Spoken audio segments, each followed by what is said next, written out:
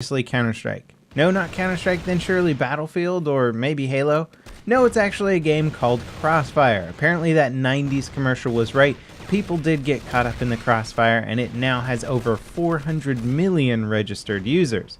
How's that even possible, and why have I only heard about this game recently? Well, a few weeks back there were several articles covering some Chinese companies paying $500 million for the distribution rights for Crossfire 2. And yes, you heard me right, I said $500 million. The same amount of money James Cameron spent making the Blue People in Avatar. And of course this seems like an astronomical number until you read that the current Crossfire game grosses over 1.3 billion US dollars a year, or 1.5 trillion won. Now I realize that certain games are far more successful in foreign markets than they are in the US, but this is a horse of a different color. And by the way, the gameplay in the background is me playing the game, and yes, it does look like the game was made in 1999. However, it was actually made in 2008 and can run on pretty much any computer built in the last 8 years. The easiest way to describe this game is it's essentially a free-to-play Counter-Strike clone, but not a Counter-Strike Global Offensive clone, more like a Counter-Strike 1.5 clone. Graphically, it's on par with the 1999 version of Counter-Strike,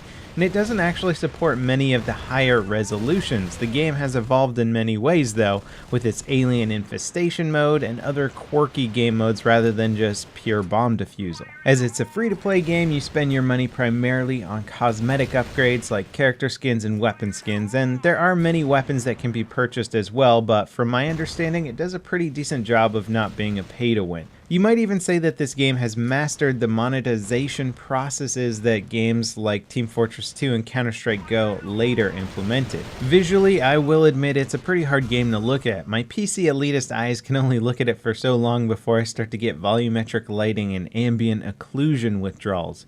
How the heck did this game take off in 2008 with graphics from 1999?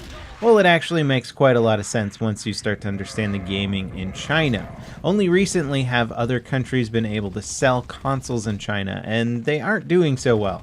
The culture is already strongly built around PC gaming. Also, the average income in China is substantially lower than many Western countries, so people either don't own computers or own much cheaper computers. So when you release a game that's both free and playable on just about any computer, you have something that appeals to a very large crowd in China. 400 million people to be precise. Now, why am I telling you guys about this game? Well, I think it's fascinating to me that gaming culture is so different in other nations, and that the world's most popular shooter is something that many of the shooter fans I know never heard of, let alone played. I'm not planning on playing this game any more than I have already for making this video, but it's interesting to learn about it nonetheless. Once you start digging around, you'll find all sorts of gaming gems, like China's own free-to-play Call of Duty game. You can't even play it in the US without using a VPN. Many of the games in China or Korea and Russia are actually designed around the free-to-play model to combat piracy and be more available to income-restricted gamers. It's a much different scene than